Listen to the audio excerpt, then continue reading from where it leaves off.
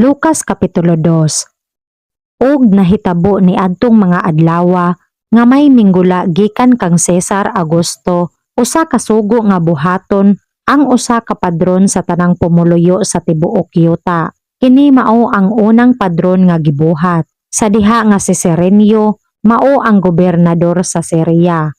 Og nangadto ang tanan sa pagpasulat sa padron, ang tagsa-tagsa sa iyang lungsod nga kaugalingon.